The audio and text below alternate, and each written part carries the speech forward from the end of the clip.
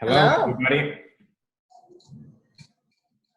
And feel free to unmute yourself. Hello, everybody. Very casual happy hour. Hello. Hi, Laura.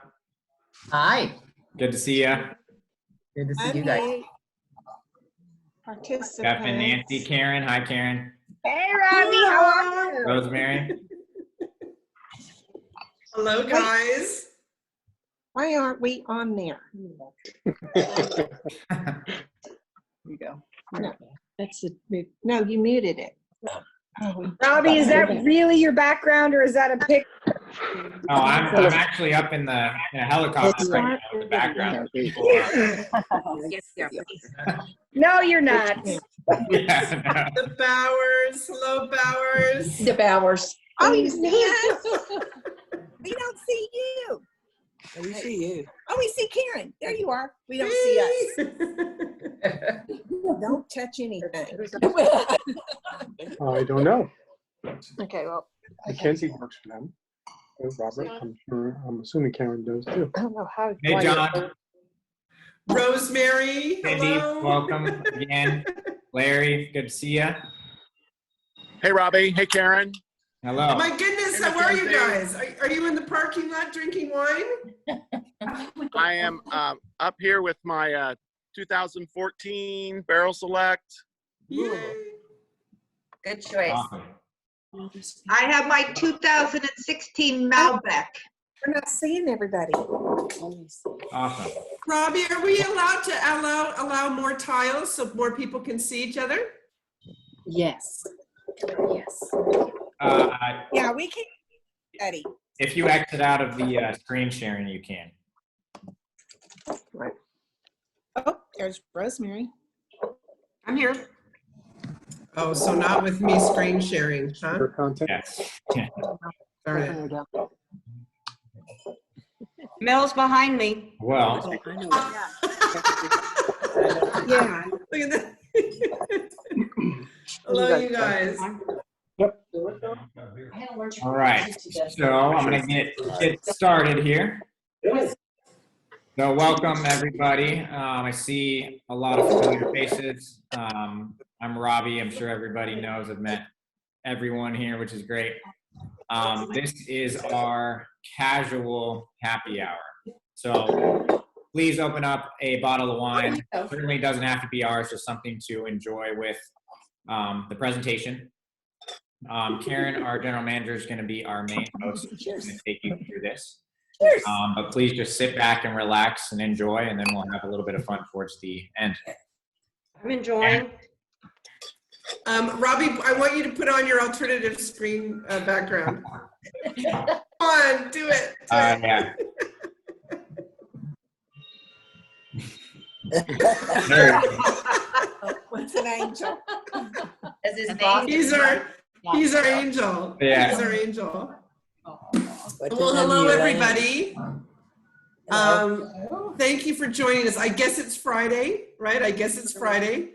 So this is going to be really unstructured. So there's no particular wine we're going to talk about. Just make sure you got a big glass of whatever is your favorite, okay? And well, first of all, cheers. Cheers. Cheers to everyone and to all of us. You know, Yes, very good.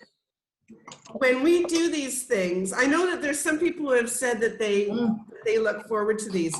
We really look forward to them too, because you know what? We honestly, we miss you guys. We miss you. Good. And when, you know, hospitality is, we take everything so personally, and it's also a lot of fun for us. And so we're always talking amongst ourselves that we miss seeing your faces and seeing you all here and interacting. So this isn't quite the same, but it's still, it kind of fills us up in the middle of the week. So cheers to everyone.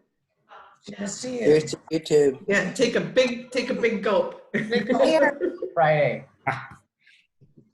So, like I said, this is going to be, unmute yourselves so you can share. We're going to ask a couple of questions, kind of just try and have a little more relaxing fun. Anytime that you've got some questions, ask me.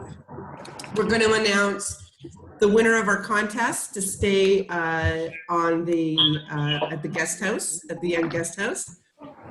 And then if we have some time and you guys are interested, I'm not a winemaker, I'm not Matt, but if you ever had any questions about how people make money in the wine business, I've got a couple slides for that if we get to it. If not, don't worry about it. We'll do it another time. I didn't know they did. No, they don't much is actually the punchline for that. They don't much. So we've had our cheers. Look at that beautiful view. You know, don't you miss it? Nice. And you know what? This is, I don't know how many of you have heard Susan say this. I left this on here, this quote from Susan, because I think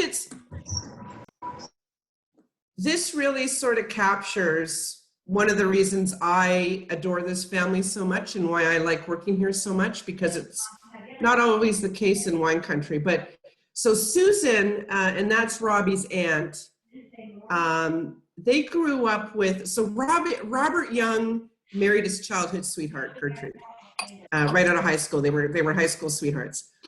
And she was adored in the family as sort of this wonderful woman, gracious hospitality. She always had a huge jar of cookies that all the kids and visitors used to come by and pick out the cookies, including Dick Arrowwood, by the way, who went on to be the winemaker at Chateau St. Jean. And he was the one that did the Robert Young Vineyard Chateau St. Jean label. But the whole family is sort of steeped in this idea of gracious hospitality. And one of the things when we have new people that start in the tasting room, and Susan will come up and she says, you know, she'll just remind them, please remember, you know, you represent the family, and that means representing my mom.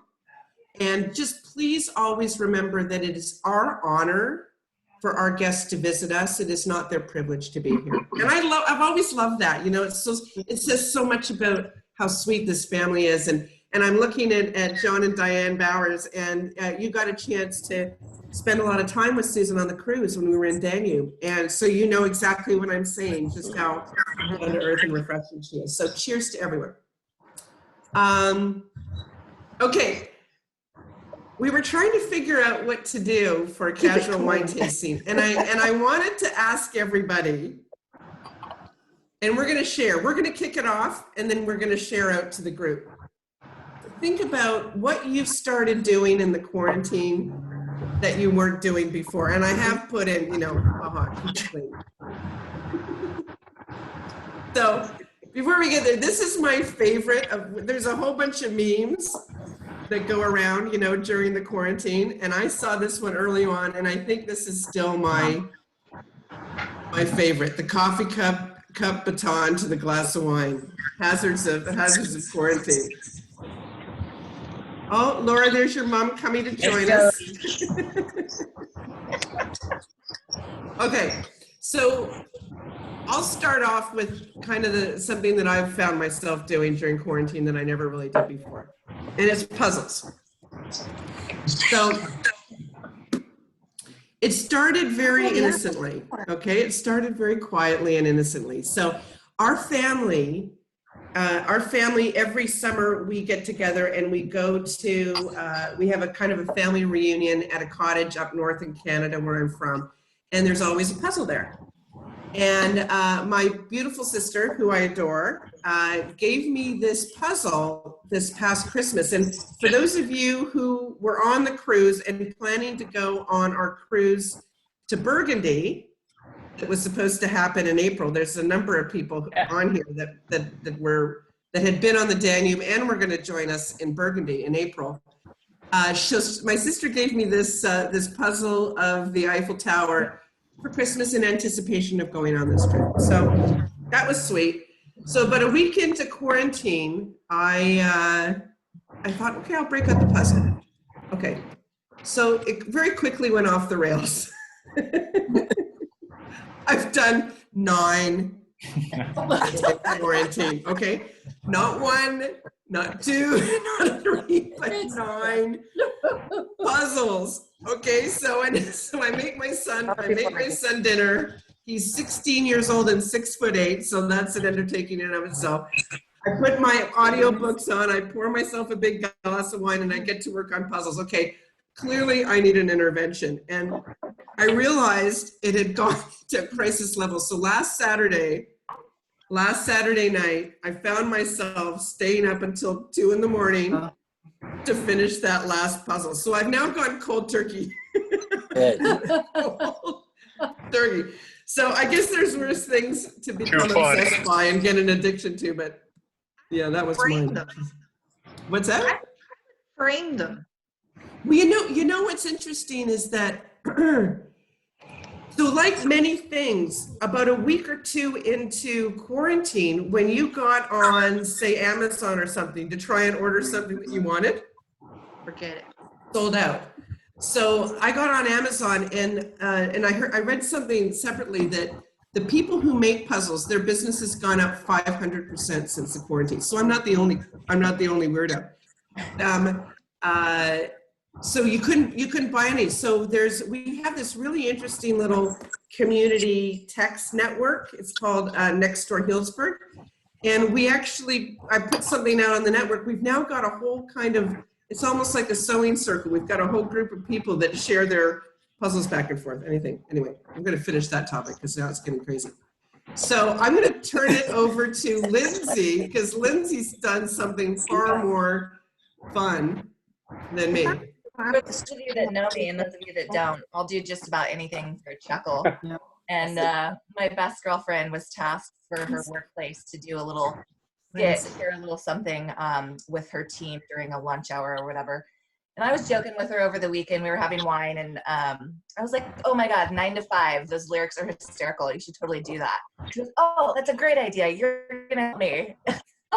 We got water balloons for our chests, and we had just about everything except wig. But it was great fun and very embarrassing, and that's something I've never done before.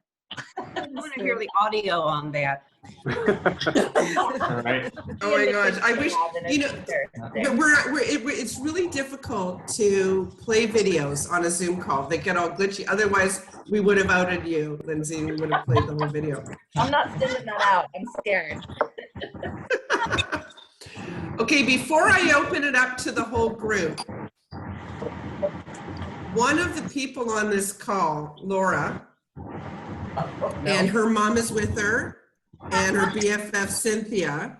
And actually, Laura and Cynthia, they are my neighbors in Healdsburg. They live 2 houses down from me. We didn't even know that, she's been a member forever. She didn't know that I worked for Robert Young until about a year or so ago, and now we're fast friends. But all 3 of them were going to be on the tour, on the cruise to Burgundy. But Laura, are you ready to tell us what you guys have been doing during the quarantine? Yes, I am. So as Karen said, I'm right a couple doors down from her. So 2 things I started doing that I didn't do before the quarantine. So I don't know for the people that live in Healdsburg, but about, I would say 3 weeks ago, all of a sudden we're sitting outside, we're having a nice glass of wine, and all of a sudden I hear this, what was that? Like howling, right? The howling. And people started, this whole thing work for the healthcare workers and first responders. So all of a sudden I hear it and it starts on, I guess, the side of it. And I start hearing, I'm like, you guys, we gotta start howling. We gotta start howling. And so at night we go out to the patio and we'd be like, oh, and all of a sudden it started coming from the north. All of a sudden to where Karen and I live, and then we came back to Southern California, and then as the last time in Healdsburg, I hear it all the way on the south side of town, on the town. So I was like, oh my God, this is awesome. It worked. Yeah. It's awesome. It's so fun. And then I call Karen, I say, Karen, you hear the howling? She's like, no, I was doing my puzzle. with my earbuds, I know. With her earbuds, having a glass of wine, I said, girlfriend, you got to get out there and start howling with us. It's so fun. It's like this fun. And then after about the first 3 days, my son comes in and he goes, Mom, have you heard that noise outside. It sounds like dogs or something like that. What's going on? The neighbors. Yes, Oh, yeah. neighbors. Stay inside and keep your head down. Okay, okay, Out so, here they bang pots and pans. yeah, I've heard of Hey, that. yeah. Laura, doesn't Fans the at 7 howling take o'clock. place at a certain time of day? Yeah, it was at 8 o'clock every night. That's what I thought. And then in Southern California, where I live, they were doing a clapping for the nurses at 7 o'clock every night. And I tried to start that on my street. And the first night I got my neighbor on the left, my neighbor across. We're all out there at 7 clapping. You're supposed to do 2 minutes. All of a sudden, nobody else comes out. I'm like, what is wrong with these people? So I go, come on, let's do it again. Let's do it again. Finally, after the third night, we gave up on that one. So I'm kind of thinking like the howling, it just feels like a release where you just let. And when it's a full moon, my God, people go Yeah, crazy. it's like the resistance. Yeah. So that's what I started doing. So is there anything else that anybody's doing that they want to share? Oh, I'm sorry, just a minute. Lindsay, I've got to tell them this because this is funny. So Lindsay just texted me while we're on here, and she says, "For goodness sakes, will you change the picture on the screen?" That's funny. I like that.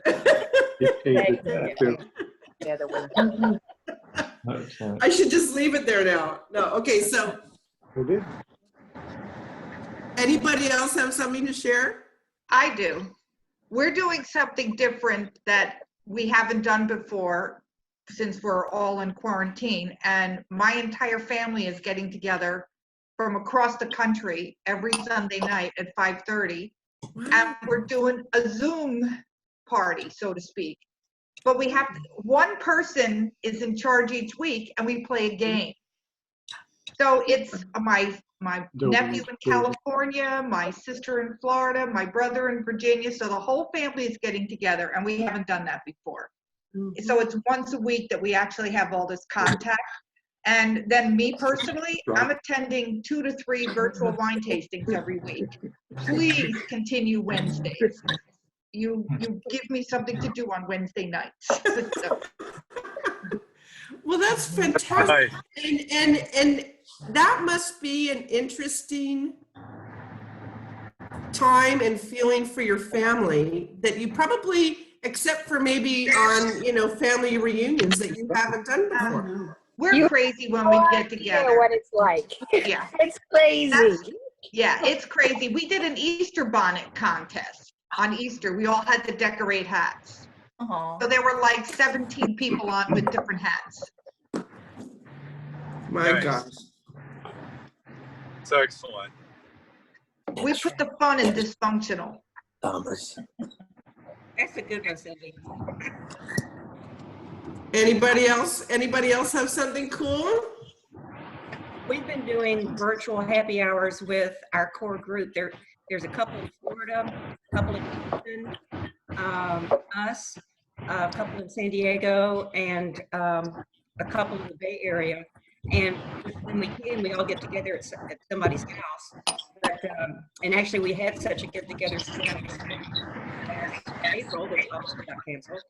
But we've been doing a happy hour with each other about once or twice a week, and just sharing what goes on. And it's been fun.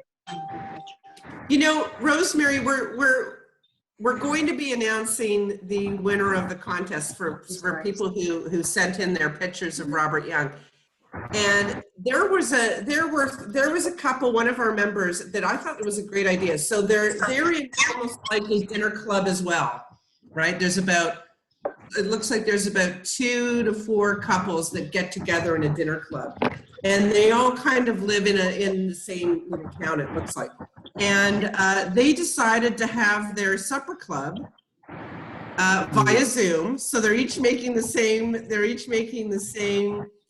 dinner, and they're drinking it with Robert Young wine, but they're doing it via Zoom. And when you can't get together, I guess you just do what you can. It sounded like a fun idea, though.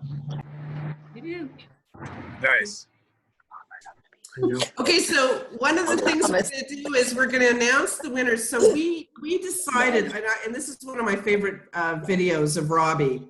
It was one of the first things, and we were just talking, it seems like this has been forever ago. So when this first started, we announced that we were going to, if anybody sent in a picture of themselves,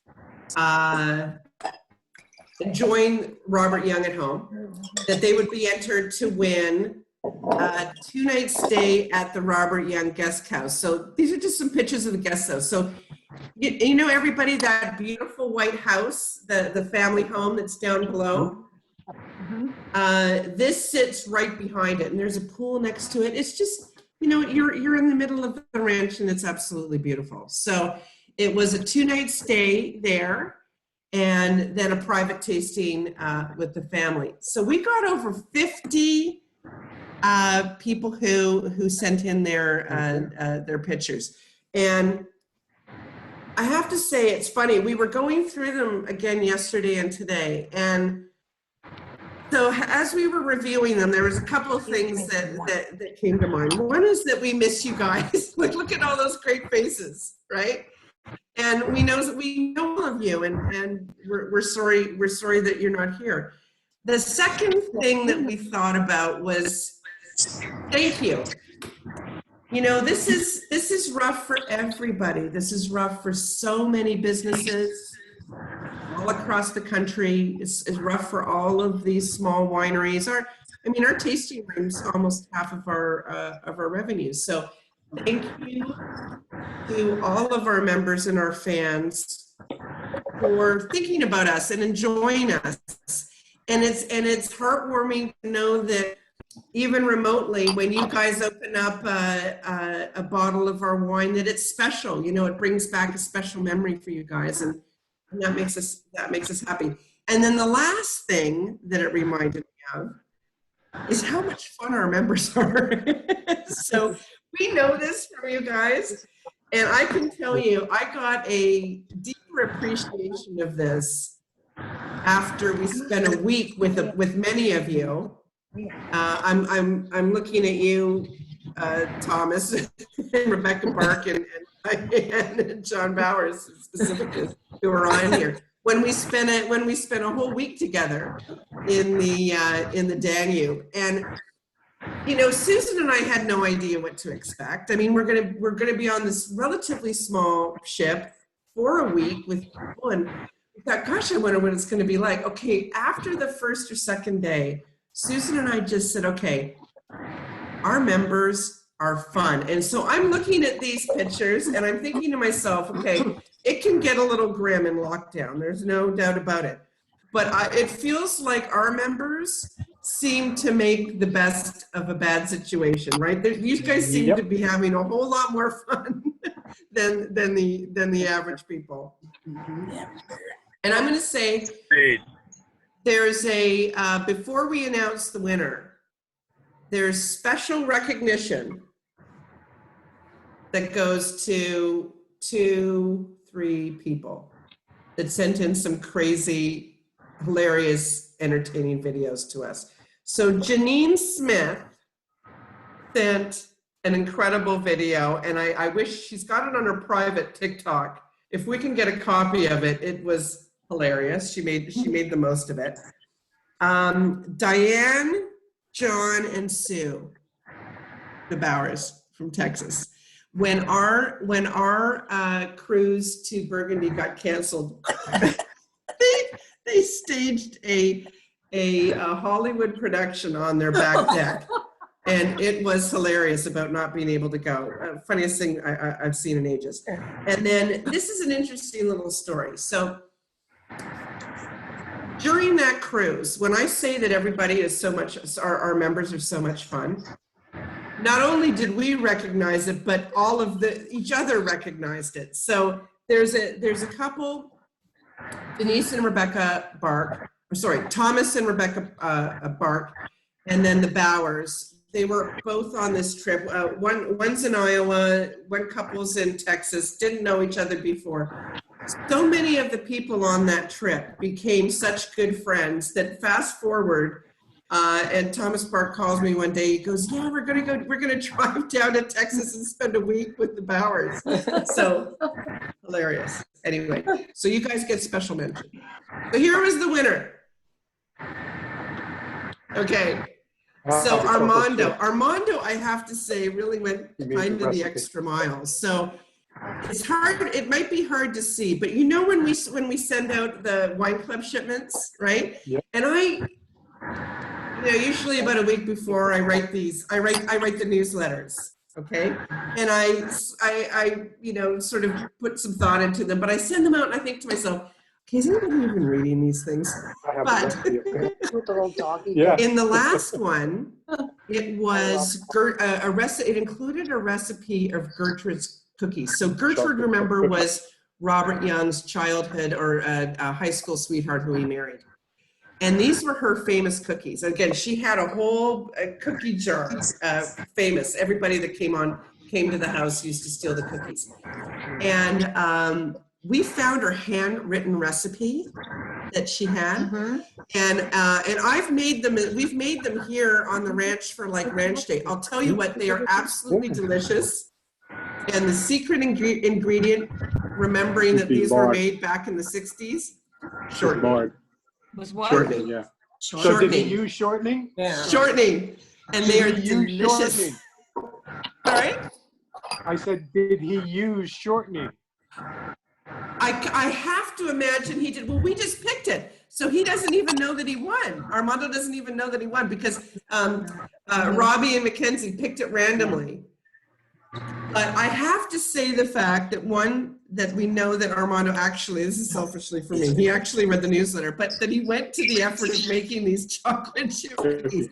I've made them with shortening, and I'm not going to say they're delicious. Listen, a couple times a year, it's not going to kill us. That's right. Hey, Karen. They are really delicious, and they go great with the cyan. Karen, is that what, I remember one of my nieces who had never seen it before. I think it was in my mom's refrigerator. Is that Crisco? Yeah. Yeah. Oh my God. They were like, It's what Crisco. is that? Saturated fat. Saturated fat. Like I said, you don't want to take it up as a daily venture, but a couple times for cookies, it's fine. So Armando is our winner. Nice. Congratulations, Armando. I want the cheese board that he's got the wine and the cookies on. I want to know where he got that. Oh, you want to know where the pig, like what was, the little doggy. It's a doggy, it's dachshund. Oh my gosh, do you have dachshunds? We've had dachshunds all our lives. We're dachshundless right now, but we've had them all our lives. Who was that? This is Rosemary. Oh. Okay, I will find out for you, Rosemary, from Armando, because we're going to be talking to him to let him know that he won. I'd love it. I really would love to know. You got it. That's adorable. Okay. So one of the things that I thought, again, I'm no Matt, winemaker Matt, or Robbie, but one of the things that I think that people usually, when they find out I'm a GM, they want to know, how does the business model work? Is this going to be interesting to you guys? Do you want me to talk about this at all? Is that Yeah. Okay. So there's an old saying, and there's an old sort of pun, which says, how do you make a small fortune in the wine business? And the hint is you start out with a big one. Right. Right? Okay. That's good. Okay. So one of the things, okay, there's a lot of math here, but I'm just using it to illustrate. So one of the things that people don't really know or understand really properly is the difference between a small winery like us. We sell our wines directly to you as our customer, either when when you first came into the winery and you bought some wine out of our tasting room, and then we do email offers and we mail it off to you, or you've joined our wine club, right? So That's what they call direct to consumer or D2C. That's really for smaller wineries like us, right? The big wineries, the Gallows of the world, the Constellations, etc. When you get up over, say, 20,000 cases, you are selling through what they call the wholesale channel to retail. So there's this crazy thing that's left over from Prohibition. It's nuts. That established that when we sell to a retail shop, we can't ship it directly to them unless they're in California, outside of California. We have to ship to a middleman called a wholesaler. So what we do is we ship it to a distributor, say in Texas, Mr. Bauer, and then they ship it to a retail shop or to a restaurant, and then they sell it to you.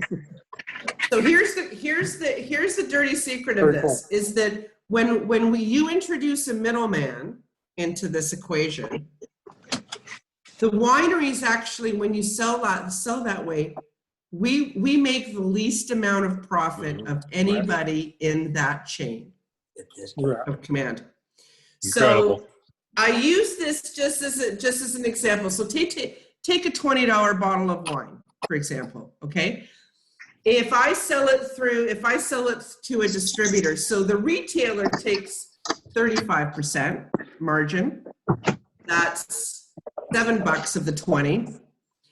The distributor that I sell to takes 30%, that's almost $4 of the 20. And after shipping and taxes and stuff, of the $20 in that bottle, the winery is making $8.41 on that $20 bottle. Now,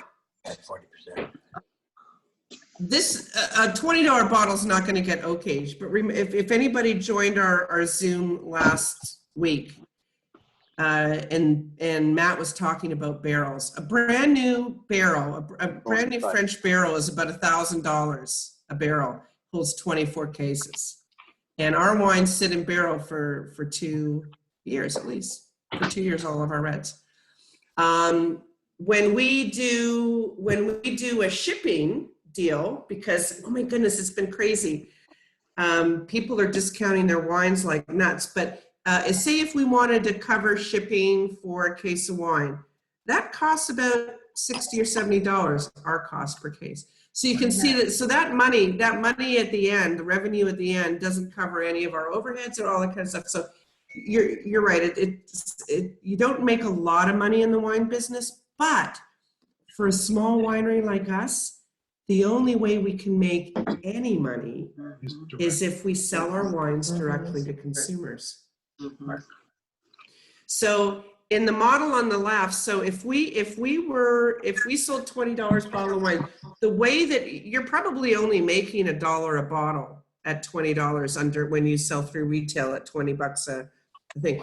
And the way that people make this work is they're selling 500,000 cases, 1 million cases. So they're making that, and they get economies of scale on their cost side. So that's how the big wineries make money. But that's just not an option. That's just not an option for us as a small winery. So yeah, that's why you guys are so valuable to us. And I'll also say it's not, what's also happening in the wine business is, particularly when this happens where nobody can come and visit us, it's not even an option for us to try to sell it through the distributor to retailers, because there's been so much consolidation. We can't even get a distributor like our NDC in Texas to pick up the phone and answer us. All they want to talk to is the Gallows and the big wineries of the world, right? That moves all their volume. Wow. So that's not even an option for us. All of our kind of eggs are in our basket for people who visit us and people like yourselves who have grown to love the wines and stay engaged, and our members. And that's why we're so thankful, because we wouldn't have a business without you. There you go. Cheers, another cheers. Cheers. That's from Thomas. Hey.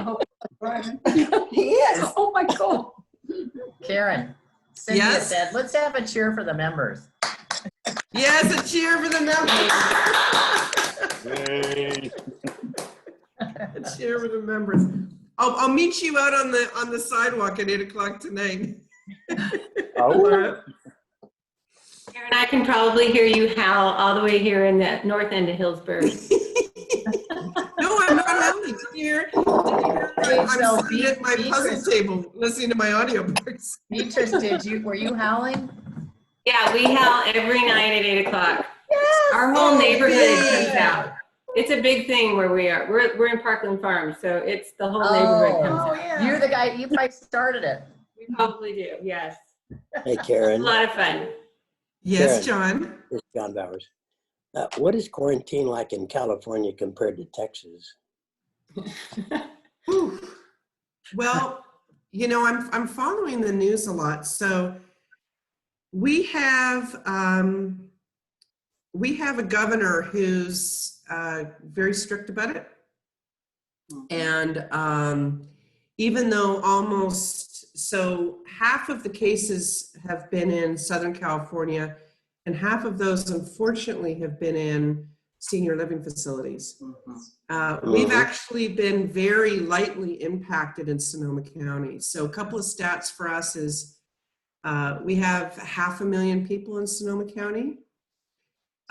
We've had about 260 cases of COVID, about 30 hospitalizations. And up until yesterday, when an elderly person died, only 3 deaths.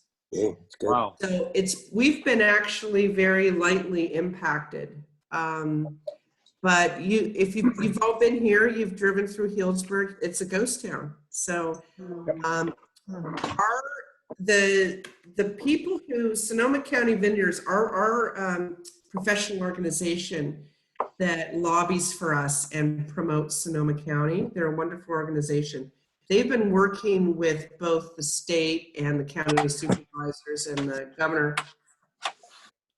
to try and lobby for us to be able to open. So the restrictions generally are, if you want to open your business, that you have a 6-foot separation. Well, think about the new Scion House. I mean, we've got nothing but, although it was funny, as a crew, we were talking the other day, can you imagine if we didn't have the new Scion House and we only had the old tasting room, which was that tiny little place next to the winery? So we certainly have the ability to safely reopen. We're just waiting for the time that we can.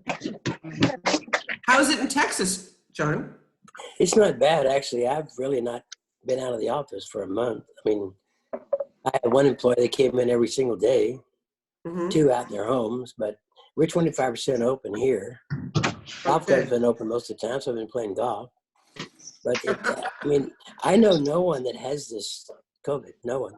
Not here. Not here. Around here, my neighbor across the street, 4 people in one house. Yeah, I'm in New Jersey, and I am too. I can actually say that it's like 9/11 all over again. It is. Either you know somebody who is close to you has passed away, or you know somebody who knows somebody.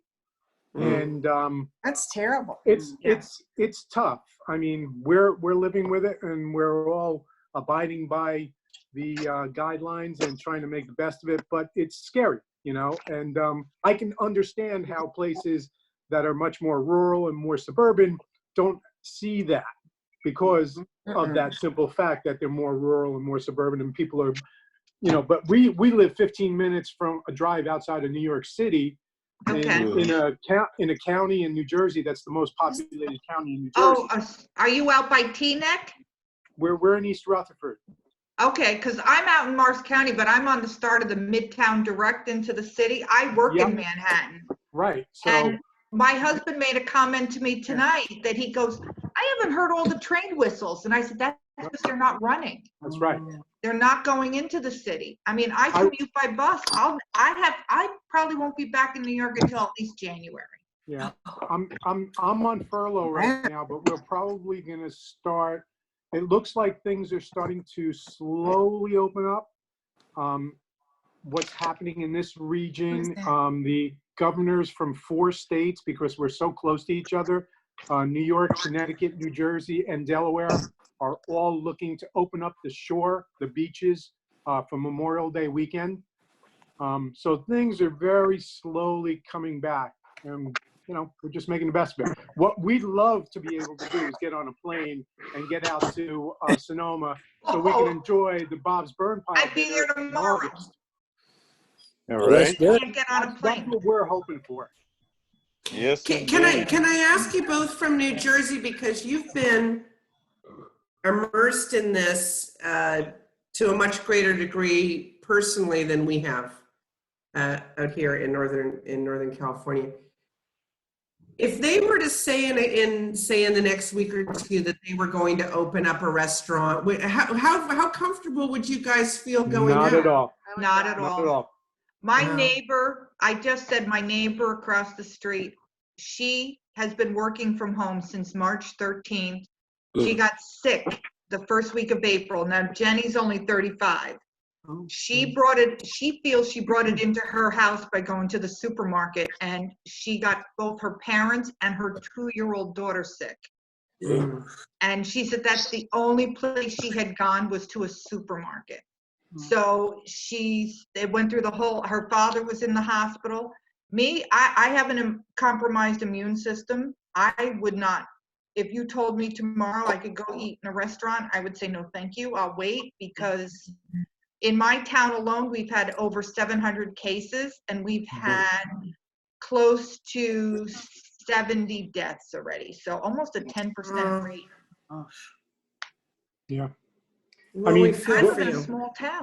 Where we live, a lot of the restaurants have gone takeout only. That's what we have. We're keeping our favorite restaurants in business by having dinner every Friday and Wednesday night when we're here. And we get takeout from our favorite restaurants. Yeah. And so they're staying in business, and they appreciate the business. We go out for walks, we're exercising and trying to stay healthy, and we're dealing with it. So it's definitely a scary time, because I even said to my husband today, it's a good thing we have a decent sized yard and a big house, so we're not killing each other. That we can go out. I can't imagine. I mean, I have part of my team lives in Manhattan, and I have these folks, they're living in these 500 square foot apartments in New York City, and they can't go anywhere. They said you walk down Fifth Avenue, and all the stores in Fifth Avenue have removed their merchandise. Really? Yeah, so that there's no vandalism. Like, you go up by the Rockefeller Center, and they said the stores are empty.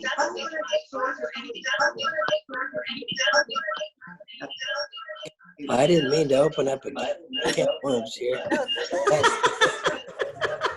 Well, I just want to check on everybody, make sure you're okay. we're okay. Yeah.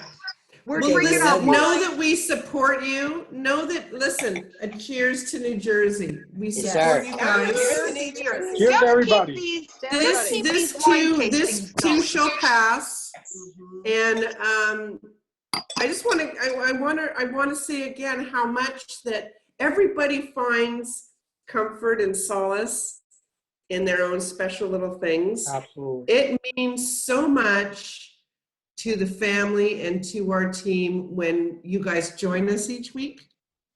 And when we see you enjoying the wines remotely, if it can bring just a little ray, we appreciate that so much. But you guys have our support out on the We East. appreciate you, Thank Karen. you. We appreciate it.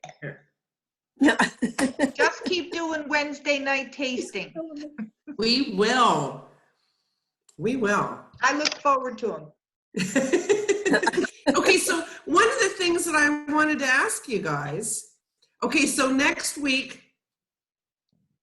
Wednesday, we are going to do Chardonnay. Cool. So I know there's a lot of people who mostly love our reds, but there is so much history and there's so much that is unique about our Chardonnay. And the fact that we have 3 different Chardonnays, there you go. There you go, Diane. I love it. Tough one I love for me. it. And Rosemary, what are you drinking? Rosemary? 2017 Alexandra Valley. There you go. So I'll tell you a little sidebar here. Oh, 2016. Is Lori Getting Nusser older all the on? time. Is Lori on? She was going to be on. Okay, No. she's absolutely. We've dubbed her the Chardonnay Queen because she's just ordered a tremendous amount of Chardonnay. She's a lovely, lovely lady. And was it about a year and a half ago, Rosemary, that I first met you and Mel when you came up? It was one winter afternoon, and you came up to Lion House, and it was when I first met you both. Okay, so And we took home 10 cases or so. I need to go 10 cases. Okay, so other than Lori Nusser, Mel and Rosemary Gaffner are sort of our uber Chardonnay, Robert Young Chardonnay lovers. And I remember sitting there. It was the first day I met them, and we were sitting in front of the fireplace at the new Scion House. And Rosemary's husband Mel looked at me. He goes, I don't think there's been anybody else who's ordered more Chardonnay than Rosemary and I. And I thought to myself, true, but you haven't met Lori Nusser. So one of these days, Rosemary, I am going to get you. I'm going to have, when next time you and Mel are in town, we're going to invite Lori Nusser up because, my goodness, the three of you just are Chardonnay champs. Okay, so Karen, you've thrown down the gauntlet. Ellen Vizan. What is our deficit? Oh, I can't tell you. It would be actually, I don't want you to know. I don't want you to know. No, your support, I know what you mean, but your support is your support is so wonderful. Well, we're planning on coming back up, if we can get out there, we're planning on coming back up the week of June 1st. So fantastic. I don't know if we'll make it over to Alexandra Valley, but we'll let you know if we can. Perfect. Hey, Karen, I just want to say, my mom got a round trip ticket from Dallas to LAX for $90 on Southwest. Oh, So you guys know Really? really good fares right now. Yeah. from Dallas Wow. to That's Okay, crazy. okay, Bowers. Yeah. Yeah. Karen, Bowers are in Texas. Karen, Yes. put half your face in here. Okay. See Sue? Hey, Karen. Today's her birthday. Oh, happy birthday, Happy Sue. birthday. Yep. And here I am drinking your wine. That's fantastic. Sue is in on that crazy video, cruise video. By the way, at a certain point, once we can kind of see the light at the end of this tunnel, I talked to our other members, Fred, Felipe, and Elizabeth. They're absolutely wonderful, wonderful couple. We love it. And they put together our packages for these river cruises. And I said, what would be fun is once we can just sort of feel like we see that this is changing, let's do a Zoom video for anybody who got sort of heard about our cruises, our river cruises, and might have some questions, might be interested. We had more fun than I had ever expected to have on the Danube. I was so disappointed that the one in the one in Bordeaux was canceled. But we have one on the books for the same time in first week of April in Burgundy for next year. So hopefully this is, that's everything's back to normal by then. But Have you kept up your dancing? Okay, John. I'm gonna tell the story. Is that information on the website for the cruise? Oh yes, there is something on the website for the cruise. And if anybody has any questions before we do it, just call me. I'll tell you the stories because I gotta say I was not a cruise person.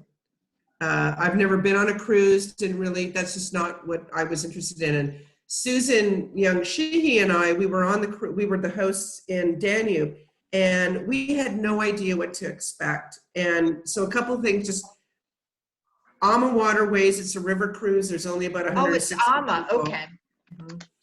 And so it's very small, it's very intimate, very high end, and something like 70% of the people on the Danube cruise were Robert Young members. Oh, wow. So okay. It was so much fun, right? Everybody sort of had a sense of something in common. And it was, I have to say, spectacular. We do wine seminars. Everybody's a wine drinker. So that just upped the fun level right there. Okay. Everybody's on the cruise likes to enjoy it. Anyway, I'm going to tell you a little funny story about Mr. John Bowers. So we meet this couple, John and Diane, on the cruise, and they're so lovely. And they're both from Texas. And it turns out that John, so when you all go down for dinner together, and then after dinner you come up to the lounge area, and there's a piano player and music and a dance floor and dancing. So a lot of the people who've been for dinner, they congregate afterwards for cocktails and wine in the lounge. And Mr. John Bowers is quite the dancer. And I can tell that you've taken some ballroom dancing classes. And it's funny because he's such a gentleman. He's a perfect gentleman. He loves to dance. And I was standing next to his beautiful wife, Diane, at the bar. And I'm like, wow, he really loves to dance. And she looks at me, she goes, you know what? I love him to pieces. And after about 20, I don't know, how long have you guys been married? 38 years. 38 years. So after a certain number of years, she said, honey, just go and ask somebody to dance. Because I can't dance all night. So John would ask the ladies to dance again, just a complete gentleman. And I was there on the cruise with my sister. And so at one point, almost every evening, I've got to figure out how I'm going to do this. So almost every evening, we'd be standing at the bar, and I've got to try and do this. Okay, so we'd be standing at the bar drinking wine, and my sister would be like, John's on the dance floor. And I'd look over, and there would be John, and he would be like, coming across the dance floor to get us dance. Karen, you are right. You're spot on. And you know what? He was spinning you around the dance floor in a way that nobody has danced with me in years and years. It was fabulous. That is the best. So the next virtual tasting is going to be about Chardonnay. Even if you love wine, even if you mostly like red, join us, because it's very educational about the clone that we have that makes our Chardonnay very unique and different than anybody else's. And we're also talking about the different barrel treatments. So it's actually very wine educational in addition to just fun. So I would recommend you join us, even if you're a red drinker.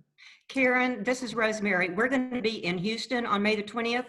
And that seminar is at 4:00 Pacific, so that would be 6 o'clock our time? Is that correct? It's going to be at 3 o'clock.